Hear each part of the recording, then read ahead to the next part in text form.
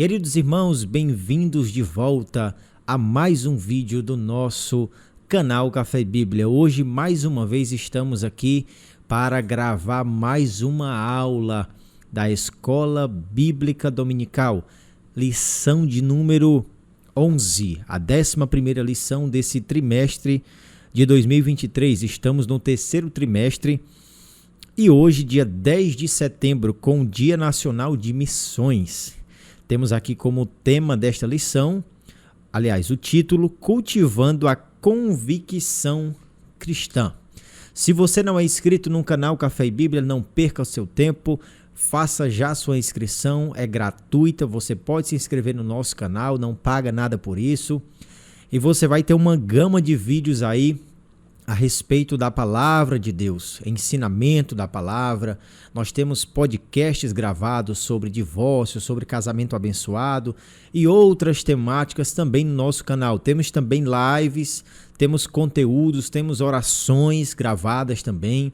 Tudo para abençoar a sua vida. Se você gostar desse conteúdo, eu te convido a se inscrever no nosso canal e também deixar o teu like. Isso ajuda muito o nosso trabalho. Isso impulsiona o nosso trabalho aqui nessa mídia social que é o YouTube. Se você também puder, comenta, deixa aí um comentário, nos dá um retorno, um feedback daquilo que você tem achado dos nossos vídeos. Isso também fortalece, nos ajuda a melhorar a cada dia. Também te peço o teu compartilhamento. Quando você compartilha este vídeo com alguém, alguém também vai ser edificado, alguém também vai receber uma porção a mais do ensinamento da palavra de Deus. Agora, sem mais demora, sem mais enrolação, vamos para o conteúdo da nossa lição de hoje, dia 10 de setembro de 2023, Cultivando a Convicção Cristã. Temos como texto áureo: porque a nossa exortação não foi com engano, nem com imundícia, nem com fraudulência. Está lá em 1 Tessalonicenses, capítulo 2 e versículo de número 3. Nós vamos hoje permear ao longo desta lição a respeito da convicção que nós devemos ter a respeito da nossa vida cristã, trazendo aí como escopo a pregação de Paulo para a igreja de Tessalônica e algumas outras partes da Europa, que ele também pregou e evangelizou. A verdade prática nos traz: o cultivo da convicção cristã é imperioso para a prática e a defesa da fé em tempo de adversidades. O que significa esta palavra imperioso? Significa algo necessário, essencial, de suma importância. O cultivo da convicção cristã é algo imperioso, ou seja, é algo necessário para a prática e defesa da fé em tempo de adversidades. Então, nós vamos hoje permear por toda essa lição sobre essa temática da convicção cristã. Temos aqui a leitura diária que o nosso comentarista, o pastor e doutor Douglas Batista, nos traz como referências para esta lição. Segunda-feira ele nos traz aqui 1 Tessalonicenses capítulo 1, do versículo 6 até o 10. Na terça-feira, 2 Pedro 1 e 16. Na quarta-feira, Romanos 16, versículos 17 e 18. Na quinta-feira ele nos recomenda 1 Coríntios capítulo de número 1, versículos 29 ao 31. Na sexta-feira ele nos traz Abacuque, capítulo 1, versículos do 1 ao 4, relatando os problemas sociais como resultado do pecado. E no sábado, 1 Coríntios, capítulo 9, versículos 11 e 12, onde ele nos traz uma consciência altruísta de não criar obstáculo ao evangelho. Nós vamos agora passar, meus amados irmãos, para a leitura bíblica em classe, que se encontra em 1 Tessalonicenses, capítulo 2, versículos do 1 ao 12. Está na tela, 1 Tessalonicenses, capítulo 2, do versículo 1 até o versículo de número 12. Que está assim: porque vós mesmos, irmãos, bem sabeis que a nossa entrada para convosco não foi vã, mas, havendo primeiro padecido e sido agravados em Filipos, como sabeis, tornamo-nos ousados em nosso Deus, para vos falar o evangelho de Deus com grande combate. Porque a nossa exortação não foi com engano, nem com imundícia, nem com fraudulência, mas como fomos aprovados de Deus para que o evangelho nos fosse confiado, assim falamos. Não como para agradar aos homens, mas a Deus, que prova o nosso coração. Porque, como bem sabeis, nunca usamos de palavras lisonjeiras, nem houve um pretexto de avareza. Deus é testemunha. E não buscamos glória dos homens, nem de vós, nem de outros, ainda que podíamos, como apóstolos de Cristo, ser-vos pesados. Antes fomos brandos entre vós, como a ama que cria seus filhos. Assim nós, sendo-vos tão afeiçoados de boa vontade, quiséramos comunicar-vos não somente o evangelho de Deus, mas ainda a nossa própria alma, porquanto nos éreis muito queridos. Versículo 9. Porque bem vos lembrais, irmãos, do nosso trabalho e fadiga, pois trabalhando noite e dia para não sermos pesados a nenhum de vós, vos pregamos o evangelho de Deus. Vós e Deus sois testemunhas de quão santa, justa e irrepreensível nos ouvemos para convosco, os que crestes. Assim como bem sabeis de que modo vos exortávamos e consolávamos a cada um de vós, como o pai a seus filhos, para que vos conduzisseis dignamente para com Deus, que vos chama para o seu reino e glória. Então nós temos alguns objetivos aqui nesta lição, como por exemplo, aqui como primeiro objetivo, estimular a convicção espiritual nos cristãos a partir da confiança em Deus. O nosso comentarista traz também como segundo objetivo compreender a necessidade de uma vida irrepreensível, de modo que glorifique a Deus.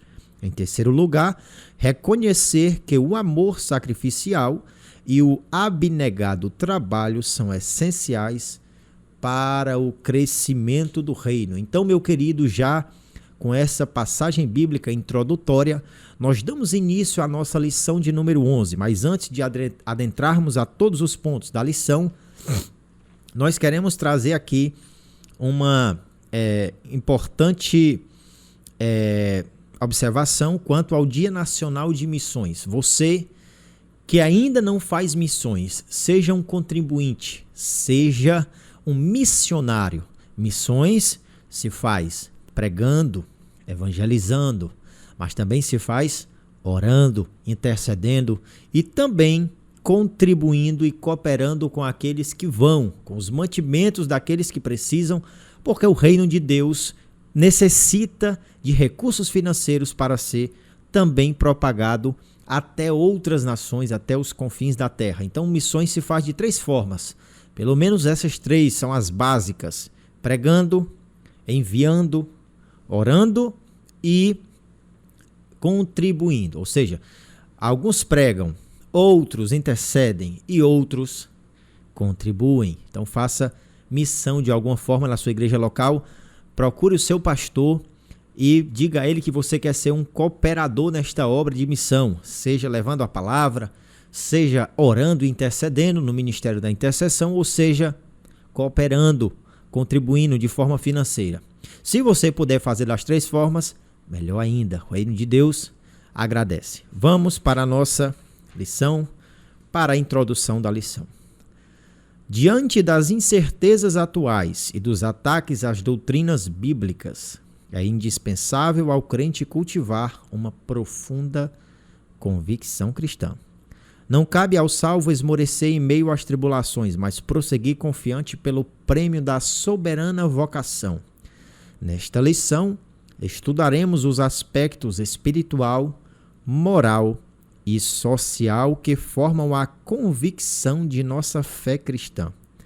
O objetivo é despertar em cada cristão o desejo de ser um autêntico embaixador de Cristo em um mundo de trevas. Então nós temos como rápida introdução esta passagem onde o pastor Dr. Douglas Batista nos exorta a não esmorecermos, mas a permanecermos firmes neste tempo tão difícil, amados, que nós estamos vivendo. E Paulo ele nos traz uma exortação em Romanos 1,16, que diz assim: não me envergonho do evangelho, porque é o poder de Deus para a salvação de todo aquele que crê, primeiro do judeu, depois do grego. Em outra passagem, ele vai dizer, irmãos, que ai de mim se não pregar o evangelho, porque me é imposta essa obrigação.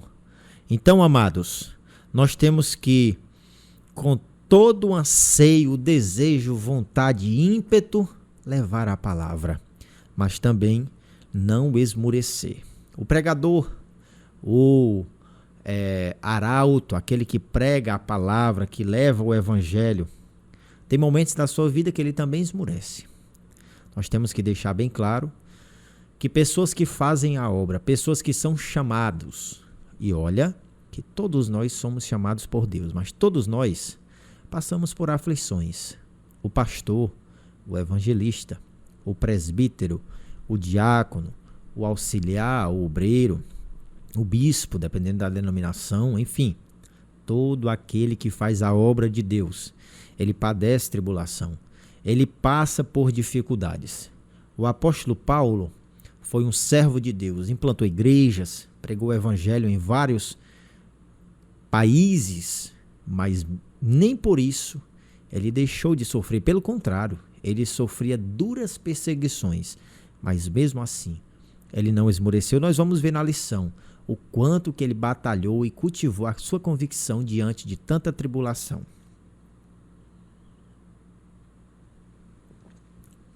Meus queridos, o primeiro ponto desta lição, ele nos traz aqui como título convicção espiritual.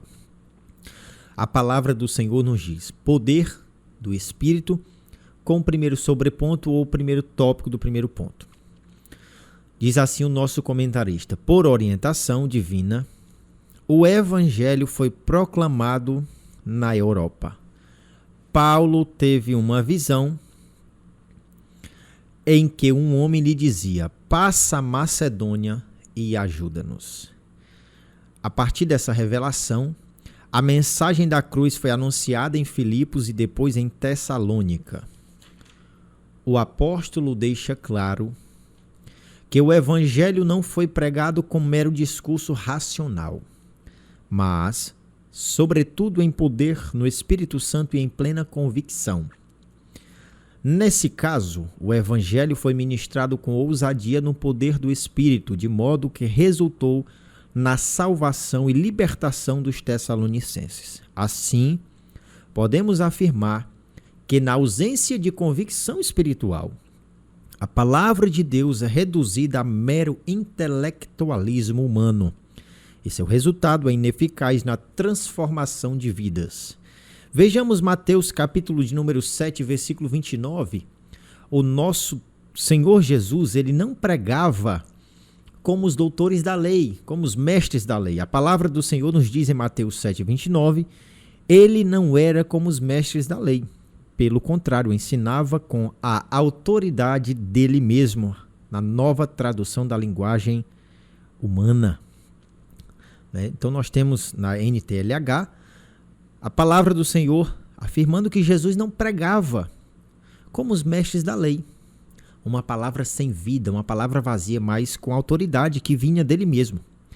Em 1 Coríntios capítulo 2, dos versículos 1 ao 5, a palavra do Senhor nos diz na NVI: eu mesmo, irmãos, quando estive entre vocês ou entre vós, não fui com discurso eloquente, nem com muita sabedoria para lhes proclamar o mistério de Deus, pois decidi nada saber entre vós ou entre vocês, a não ser Jesus Cristo e este crucificado.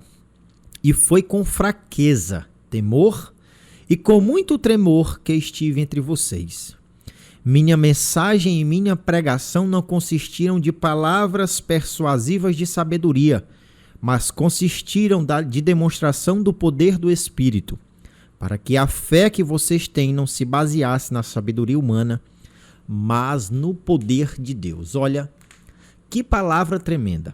O apóstolo Paulo falando, relatando que quando ele esteve entre os irmãos, porque quando ele escreve esta carta, ele já tinha fundado a igreja lá em Corinto, e ele escreve agora esta carta e envia para lá, afirmando que da primeira vez que ele esteve ali em Corinto, ele não foi até os irmãos com palavras de sabedoria humana. Ele não foi até os irmãos com um discurso eloquente, persuasivo, de maneira humana, mas ele pregou o Cristo crucificado, seguido de poder, seguido uma pregação com poder de Deus. E ele diz que foi com muita fraqueza, temor e tremor que ele esteve entre os irmãos. Ele disse: a minha pregação não consistia de palavras persuasivas, mas ministrou o evangelho com poder de Deus. Esse é o maior desafio do pregador, não querer de forma persuasiva ministrar a palavra, porque não somos nós que fazemos esta obra. Quem faz essa persuasão, ou melhor dizendo, esse convencimento, é a pessoa bendita do Espírito Santo. Em 2 Pedro 1,16, a Bíblia diz: de fato, não seguimos fábulas engenhosamente inventadas, quando lhes falamos a respeito do poder e da vinda de nosso Senhor Jesus Cristo. Pelo contrário, nós fomos testemunhas oculares da sua majestade. Então, ao pregador está esse desafio, pregar no poder de Deus. A igreja do Senhor, ela cresce com base na palavra pregada, regada de poder, e não de recursos humanos, persuasão humana. Olha que nós estamos vivendo na era dos recursos, igrejas aparamentadas, o evangelho sofrendo alterações na sua mensagem, onde o evangelho, originalmente simples, ele é poder de Deus para a salvação de todo aquele que crê. Nós não precisamos criar, irmãos, parafernálias, nós não precisamos criar ideologias, nós não precisamos criar mecanismos e metodologias humanas para que o pecador ele venha a se arrepender e reconhecer da sua necessidade de Cristo. Nós precisamos pregar cheio de unção, cheio de autoridade e com o poder de Deus a mensagem do Evangelho, que é Jesus Cristo crucificado, este dando vitória a todo aquele que crê. Oh, glória a Deus! Continuemos. O tópico 2, confiança em Deus. O apóstolo declara que, mesmo tendo, abre aspas, padecido e sido agravados em Filipos, fecha aspas, está lá em 1 Tessalonicenses, capítulo 2, versículo 2, parte A. Sua fé não estava abalada. Ele se refere à perseguição sofrida antes de pregar em Tessalônica. Paulo e Silas tinham sido publicamente espancados com varas. Em seguida, lançados no cárcere interior com os pés no tronco. Todavia, apesar de feridos, perto da meia-noite oravam e cantavam hinos a Deus. Após essa severa provação, não esmoreceram, mas, impelidos pelo Espírito, vieram a Tessalônica, na cidade. Na cidade, em meio às suas lutas e com ousada confiança, anunciaram a Cristo. Nessa perspectiva, somos encorajados a não desfalecer na pregação do Evangelho, mas confiados em Deus, jamais recuar, mesmo diante das ameaças de prisão ou de morte. Querido, eu quero lhe trazer uma alerta, uma advertência. Nós estamos vivendo dias difíceis. Quando eu falo nós, eu quero que você pense na bolha Brasil, certo? Porque a igreja do Senhor, ela nunca deixou de passar por perseguições. Em algumas outras partes do mundo, países em que o evangelho ele não tem liberdade para ser pregado, países em que é fechado para o cristianismo, para a religião de Jesus, e Jesus não fundou religião, mas é assim que eles veem, irmãos passam perseguições. Nós temos irmãos que estão pregando em áreas totalmente perigosas e eles passam por dificuldades. Agora, nós vamos pensar no Brasil, bolha Brasil. Até aqui, irmãos, a igreja ela teve uma certa facilidade. Quando eu falo certa, você vai lembrar que bem no início, em eras remotas, os cristãos eles eram recebidos nos lares com baldes de água, com ovo, com laranjas podres, enfim. Os cristãos no início não foram bem recebidos porque eram os protestantes, eram aqueles que levavam uma mensagem de protesto, uma mensagem dura. E nós sofremos perseguições no Brasil para o evangelho se expandir. Só que a lei ela foi modificada em 1988. Nós temos a proclamação da Constituição Federal, a nova Constituição Federal, onde no artigo 5º nós temos a liberdade de expressão, de fé, de religião e culto, enfim. Temos hoje esta abertura pela lei, mas nós não sabemos até quando iremos ter essa abertura para pregar a palavra. O que eu quero chamar a sua atenção, irmãos, é que todos nós devemos nos preparar, estarmos convictos da nossa fé e preparados, porque pode ser a qualquer momento que uma perseguição maior venha a estourar. E deixa eu te falar, a igreja do Senhor, ela cresce muito mais em perseguição do que quando está na bonança. Isso parece até ser contraditório, e eu não estou falando blasfêmia ou heresia, mas a igreja do Senhor, irmãos, se você for fazer um estudo bem minucioso em todas as eras da igreja, em todos os períodos da igreja, a igreja do Senhor, ela cresceu, ela frutificou, ela abundou na graça do Senhor Jesus, nos milagres, nos prodígios, vidas foram alcançadas em meio a grandes perseguições. E quem é que pode dizer se amanhã ou depois não estoura uma perseguição maior no Brasil, onde vamos ser impedidos de pregar a palavra com tanta liberdade como temos hoje? Então você, meu irmão, é chamado, através desta lição, a despertar em Deus a sua confiança nele, a sua convicção. Porque a qualquer momento, irmão, se estourar uma perseguição, você hoje, da forma como você se encontra, da forma como você está, você se encontra apto para pregar a palavra? Você se encontra apto para sofrer uma perseguição e continuar servindo ao Senhor Jesus? Eu não vou muito longe.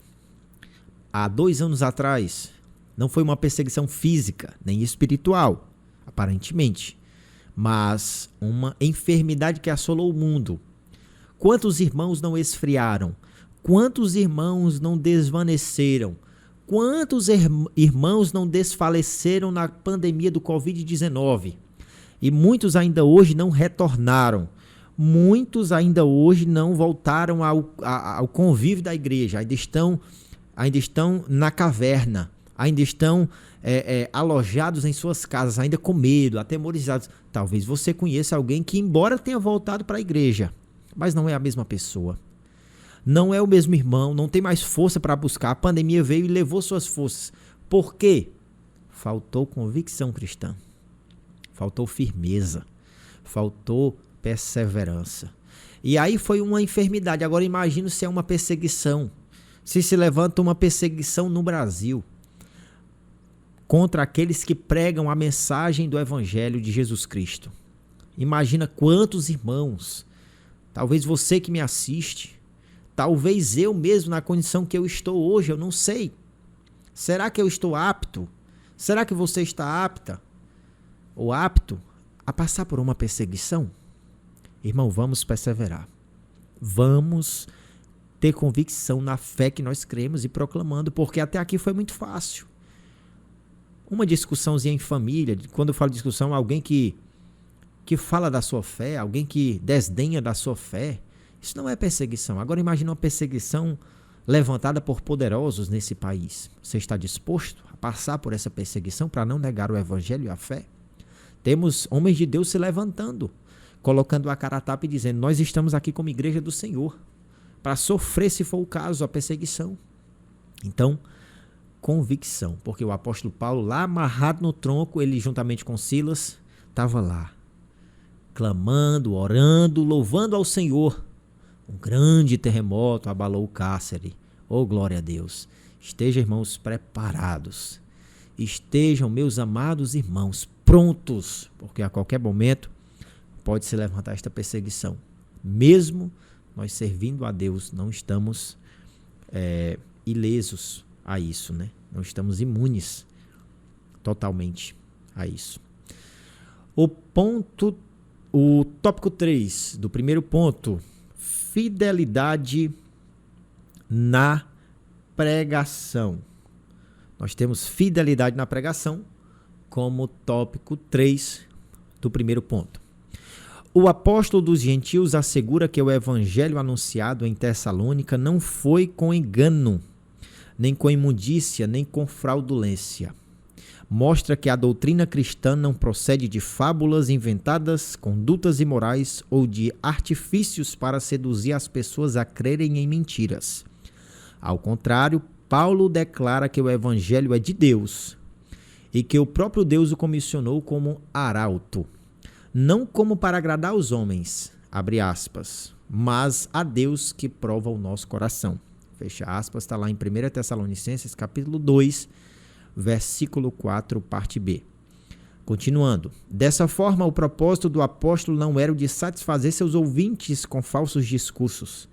Nesse sentido, somos exortados a manter fidelidade na pregação, repudiar os falsificadores da palavra de Deus e anunciar Cristo com sinceridade. Então temos como sinopse do primeiro ponto: sem a ação poderosa do Espírito, a pregação é incapaz de transformar vidas. Então fechamos o primeiro ponto, nós vamos agora discorrer sobre a fidelidade na pregação. O apóstolo Paulo, ele está aqui, irmãos, nos dando aqui um testemunho de que ele pregava não para agradar os homens, mas a Deus, que prova o nosso coração. O comentarista, ele nos traz aqui a passagem de 2 Pedro 1,16 como referência, que eu já até me antecipei e li. De fato, não seguimos fábulas engenhosamente inventadas quando lhes falamos a respeito do poder e da vinda de nosso Senhor Jesus Cristo. Pelo contrário, nós fomos testemunhas oculares da sua majestade. A pregação, ela não precisa, irmãos, de brilhantismo humano. A pregação, ela não precisa de artifícios humanos. A pregação da palavra, ela não precisa de aparatos humanos para obter sucesso. Muitas pessoas acham que pregar é algo difícil. De fato, a pregação do evangelho, ela traz a nós uma certa responsabilidade, por que não dizer uma grande responsabilidade. E isso causa em muitos nervosismo, isso causa em muitos um certo temor, tremor até, e é mesmo para causar. A pregação ela não pode ser algo levado como de forma irresponsável, mas nós também não podemos nos amedrontar de pregar aquela mensagem tão poderosa, tão eficaz, que nos alcançou, que foi capaz de nos tirar lá do mundão do pecado, porque a outros também vai tirar. Então, o comentarista diz que sem a ação poderosa do Espírito, a pregação é incapaz de transformar vidas. Então, qual é o segredo do pregador? Qual é o segredo do ministro? A oração. Quando nós temos essa arma poderosa cultivada em nossa vida, a pregação ela vai como uma bomba atômica no coração do pecador e o transforma em uma nova criatura. Ok? Vamos passar para o ponto 2, convicção moral. O primeiro tópico diz, retidão nas ações. A conversão opera a transformação moral na vida do crente salvo. Desse modo, a Bíblia orienta, dentre outras recomendações, a deixar a mentira e falar a verdade, deixar o furto e ser honesto, não pronunciar palavras torpes e dizer apenas o que edifica. Efésios 4, do 25 até o 29. Nesse aspecto, o apóstolo Paulo reivindica a retidão das próprias ações ao afirmar, abre aspas, nunca usamos de palavras lisonjeiras, nem houve um pretexto de avareza. Aqui ele enfatiza que jamais usou de falso sentimento para a obtenção de favor. Ainda assevera que sua motivação era desprovida de ambição financeira. Somente o falso cristão é que busca poder e influência por meio da bajulação mentirosa. Logo, a conduta de retidão é uma virtude do crente regenerado. Glória a Deus.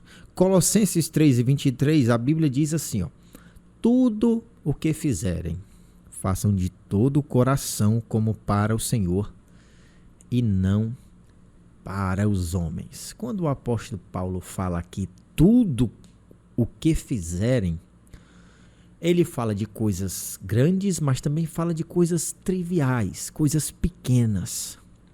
Tudo quanto vocês forem fazer, façam com convicção, com todo o coração, como para o Senhor e não para os homens. Esse texto ele se interliga com Efésios 4, do 27 do 25, aliás, ao 29, onde a Bíblia diz que aquele que furtava não furte mais, aquele que mentia não minta mais.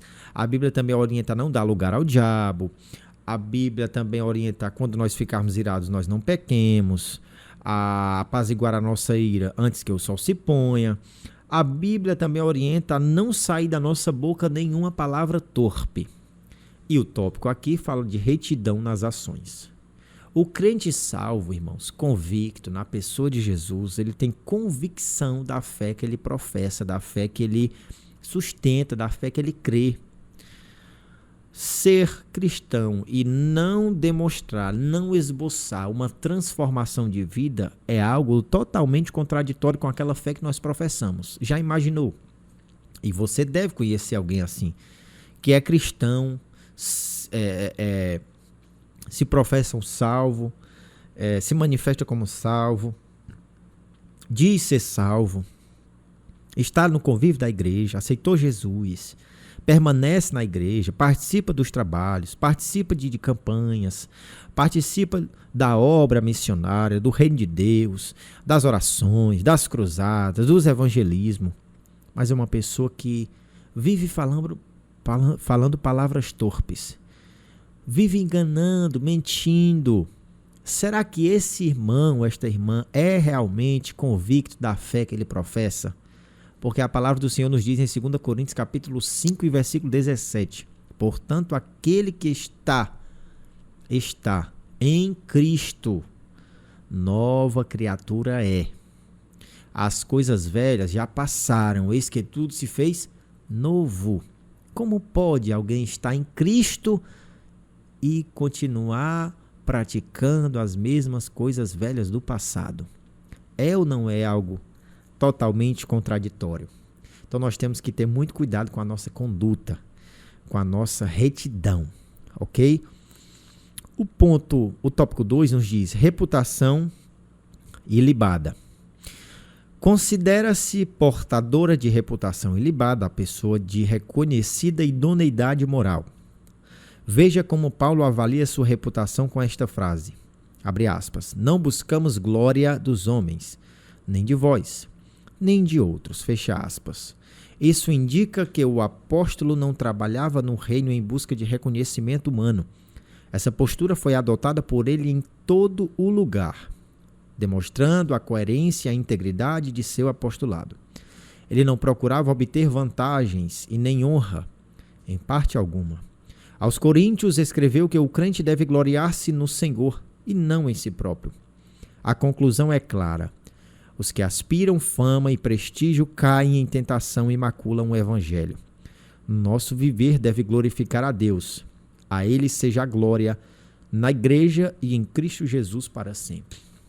Meus queridos, nós estamos vivendo os dias aqui, tanto no Brasil como em outros países também, que o cristianismo ele é pregado, em que o evangelho é pregado, uma explosão do, do, fenômeno coach, onde não mais pregadores, mas coaches têm subido ao altar das igrejas, aos altares das igrejas, para pregar uma mensagem que massageia o ego do público.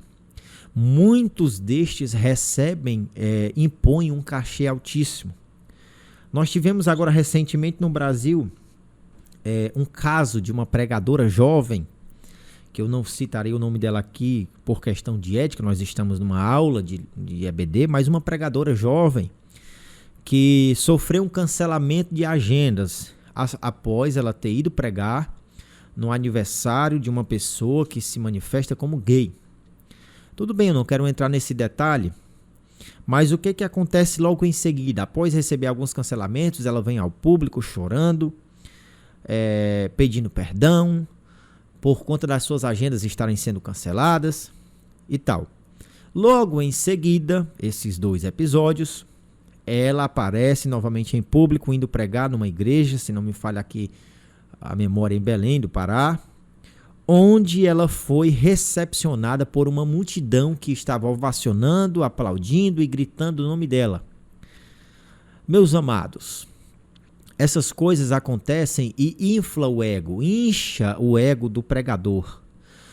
Por esse motivo, nós estamos vendo uma explosão do fenômeno coach nas igrejas. Pessoas que cobram cachês absurdo. Pasmem, irmãos, pasmem.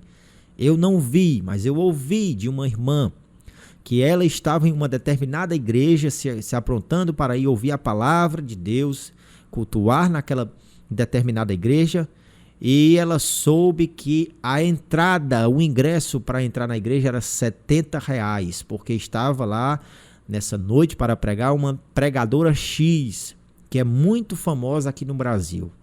Irmãos, são essas coisas que nos doem.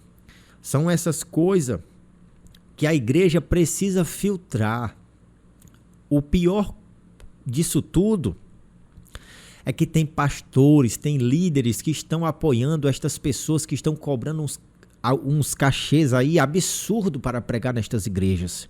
Cobra-se 10 mil, 15 mil, 20 mil por uma pregação de meia hora, 40 minutos. Em uma igreja que muitas vezes é simples, é humilde, não tem uma renda financeira compatível com aquela cobrança, aquele pedido, e que muitas vezes se obriga a cobrar a entrada. Olha a que nível está chegando o evangelho, irmãos. Não o evangelho puro e genuíno de Jesus, esse não se macula, mas olha a que nível está chegando a conduta cristã destas pessoas. Você que é cristão, você que é inscrito no canal Café e Bíblia, você concorda com essas coisas? Você concorda com esse posicionamento dessas pessoas? Porque Paulo está dizendo aqui,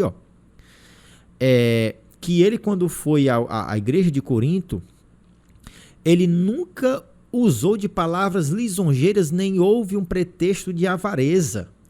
Ainda que Paulo tenha dito que o obreiro é digno do seu salário, ele padeceu, ele não cobrou, ele não pediu, ele não extorquiu os irmãos de Corinto. Antes ele sofreu fabricando tendas, trabalhando dia e noite para não ser pesado aos irmãos. Aí você pega o apóstolo Paulo, um homem de Deus como o apóstolo Paulo, que tinha direito de ser recepcionado pelos coríntios, pelos irmãos lá da igreja de Corinto, pelos coríntios, e receber ofertas generosas para se manter, porque ele passou, se não me falha a memória, 18 meses na igreja de Corinto. Foi 1 ano e 6 meses pregando, ensinando, evangelizando, propagando o reino de Deus, e ele em momento nenhum recebeu oferta, porque ele estava lá fabricando e vendendo tendas. Ele era o fabricador de tendas, para não ser pesado aos irmãos que estavam nascendo na fé. Aí vem esses pregadores hoje do Brasil e cobram quantias absurdas, irmãos. Até quando nós vamos ver isto acontecendo? Está na hora da igreja se levantar contra estas coisas. Tudo bem, eu não sou contra quem abre mão de tudo e vai viver em prol do reino da obra, ser sustentado pela obra. Mas absurdos estão sendo cometidos em nome de Deus, onde você pega uma passagem que diz que o obreiro é digno do seu salário e usa isso como pretexto para pregar valores absurdos para pregar a palavra. Você que me assiste, você é um pregador que faz isso. Tenha consciência que o Espírito Santo possa tocar no teu coração. tenha piedade, eu não sei se a palavra correta é essa, mas tenha pena, tenha dó dessas igrejas que ingenuamente, de forma infantil, de forma bem inocente, paga esses valores para vocês. Oh, Jesus amado, que nós possamos, irmãos, cair em si, cair na real. Porque quem fica dando ibope para estas pessoas são os próprios irmãos das igrejas. Quando eu vi o vídeo dessa pregadora chegando na igreja e sendo... Quase ela não consegue entrar, a multidão apertando, sabe? Porque se fosse eu, quando eu tivesse parado na frente dessa igreja, que eu visse essa multidão me esperando, eu tinha voltado. Eu tinha dito pro motorista, olha, volte. Eu não vou pregar aqui essa noite. E teria depois ligado pro pastor e teria explicado, olha, eu não preguei porque quando eu cheguei tinha uma multidão me esperando. E não é para isso que eu estou... vivendo, não é para isso que eu estou pregando a palavra, para ser ovacionada e recebida com aquela multidão me apertando como se eu fosse um ídolo. Essa pregadora está virando um ídolo, está sendo um objeto de idolatria das pessoas. Que Deus tenha misericórdia, que Deus tenha misericórdia. Nós precisamos ter uma reputação ilibada e não cair nessas façanhas do homem.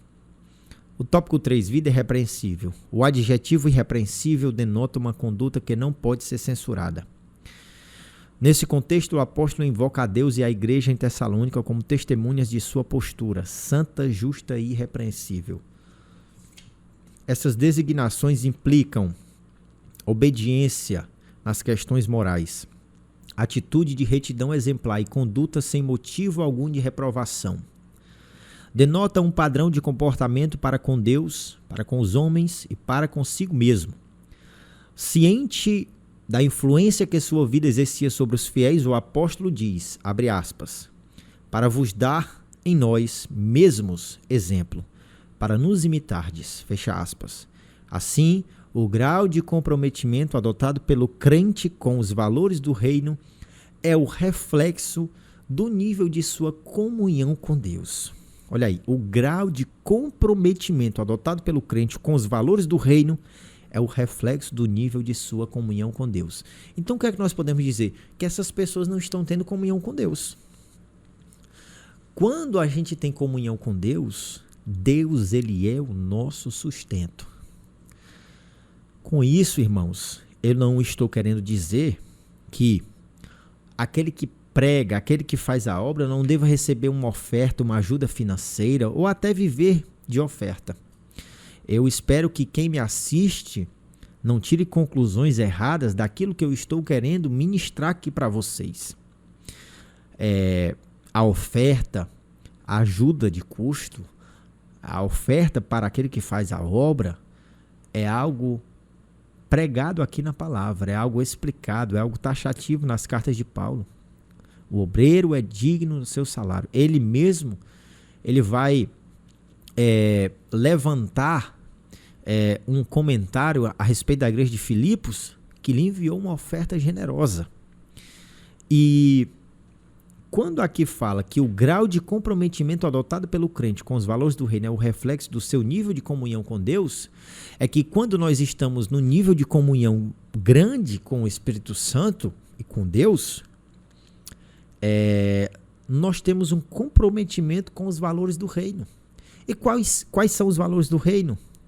A mansidão, a temperança, a fé, a ajuda, o suporte, ajudar uns aos outros, humildade, simplicidade, humilhação. Era isso que Paulo carregava na vida dele. Era um homem que estava tão comprometido com Deus que ele se doava pela obra de maneira gratuita, de maneira completa, plena. Ele vai lá na carta que ele escreve. Deixa eu abrir aqui na Bíblia Sagrada. Na carta que ele escreve à igreja de Filipos, se não me falha a memória, bem aqui no final, ele vai dizer, ó, deixa eu procurar aqui. Lá no capítulo 4, no versículo 10, ele diz: alegro-me grandemente no Senhor, porque finalmente vocês renovaram seu interesse por mim. De fato, vocês já se interessavam, mas não tinham oportunidade para demonstrá-lo. Não estou dizendo isso porque esteja necessitado, pois aprendi a adaptar-me toda e qualquer circunstância. Sei o que é passar necessidade e sei o que é ter fartura. Aprendi o segredo de viver contente em toda e qualquer situação. Seja bem alimentado, seja com fome, tendo muito ou passando necessidade. Tudo posso naquele que me fortalece. Quem é que está falando isso aqui? É Paulo. É um homem que está dizendo, olha, para mim, se tiver fartura, amém. Mas se não tiver abundância nem fartura e tiver fome, padecimento, necessidade, amém. Eu me adaptei. Eu aprendi, em algumas outras versões, que eu acho melhor essa palavra. Eu aprendi a contentar-me com qualquer situação, a viver em qualquer situação. Quando o homem e a mulher de Deus, ele aprende a viver diante de qualquer situação, ele é um verdadeiro servo e serva do Senhor. Aleluia. Nós não precisamos extorquir a igreja de Deus. Nós não precisamos impor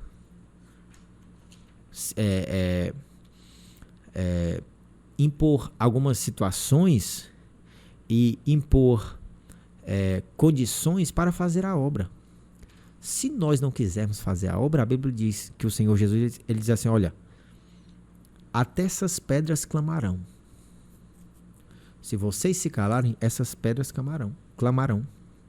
Ou seja, é a nós que está incumbido a ordem de pregar o evangelho. E por que cobrar por isso? Por que impor condições para isso? Não, eu só vou se... Não, eu só quero se... Eu só faço se não. Se você não fizer, Jesus levanta outro e quem perde a bênção é você. Não me ponha condições para pregar a palavra. Não me ponha condições para ter uma vida irrepreensível. Tenha uma vida irrepreensível, ilibada diante de Deus. Sinopse do ponto 2. O crente regenerado possui uma conduta de retidão e uma vida irrepreensível. Não porque é um obreiro ou porque é o crente. O crente, obviamente que o ministério ele traz maiores responsabilidades. O chamado ele nos traz responsabilidades maiores. Mas todo cristão precisa ter essa convicção que precisa manter uma reputação ilibada, uma vida irrepreensível. Ou seja, denota uma conduta que não pode ser censurada. Este irmão é uma bênção de Deus. Esta irmã é uma bênção do Senhor. Tem um testemunho ilibado, tem uma conduta e um caráter intocável, inviolável, porque é alguém que preza pelos valores do reino de Deus. Oh, glória a Deus! Passemos, irmãos, para o ponto de número 3, convicção social. Outra área que a igreja também precisa estar bem preparada. Primeiro tópico, bem-estar comum. O bem-estar comum alcança o homem em suas necessidades físicas e espirituais. Não por acaso, a Bíblia fornece instruções para o bem-estar espiritual e social dos seres humanos.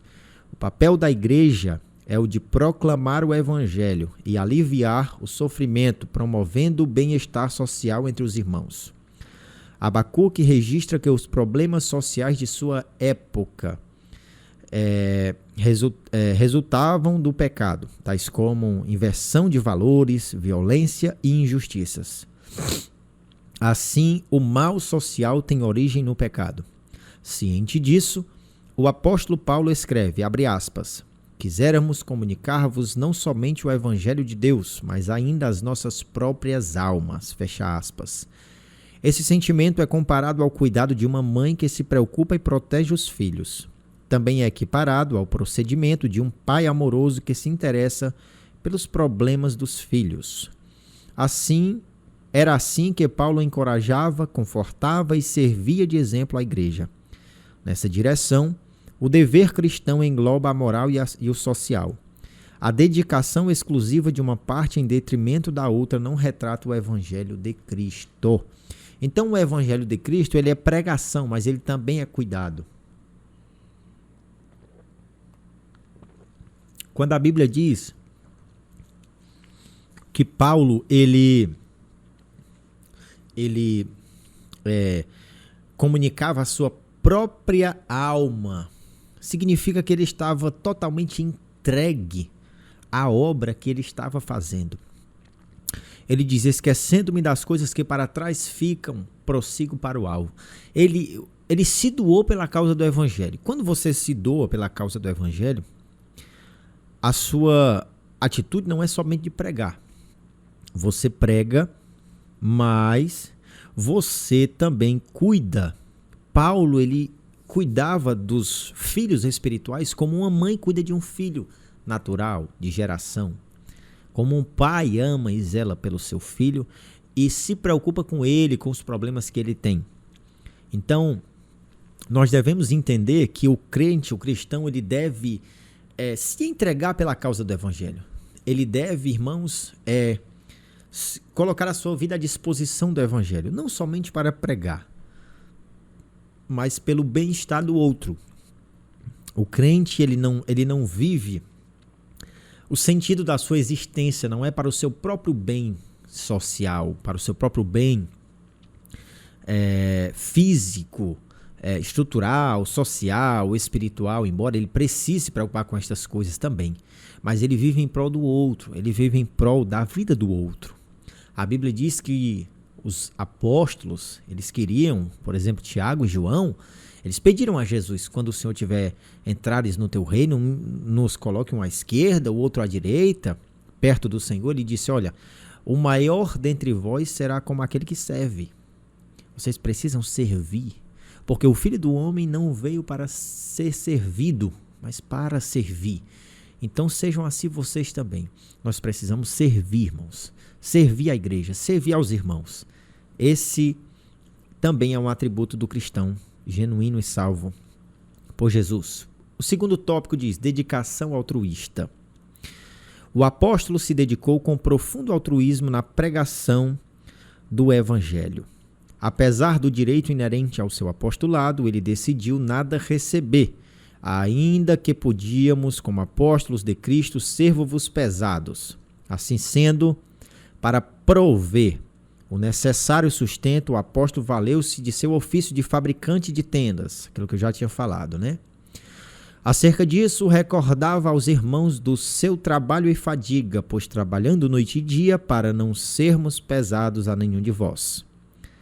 Para não se tornar um fardo para a igreja, ele se desgastou numa atividade laboral extenuante. Aqui é importante ressaltar que a Bíblia não condenava a provisão financeira para os obreiros, pois o próprio apóstolo escreveu que, abre aspas, aos que anunciam o evangelho, que vivam do evangelho, fecha aspas, e que, abre aspas novamente, digno é o obreiro do seu salário, fecha aspas.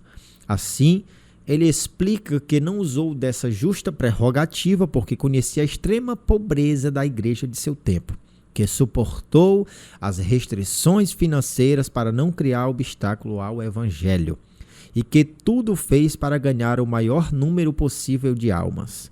Nesse sentido, aprendemos que o amor sacrificial e o trabalho voluntário e desprendido são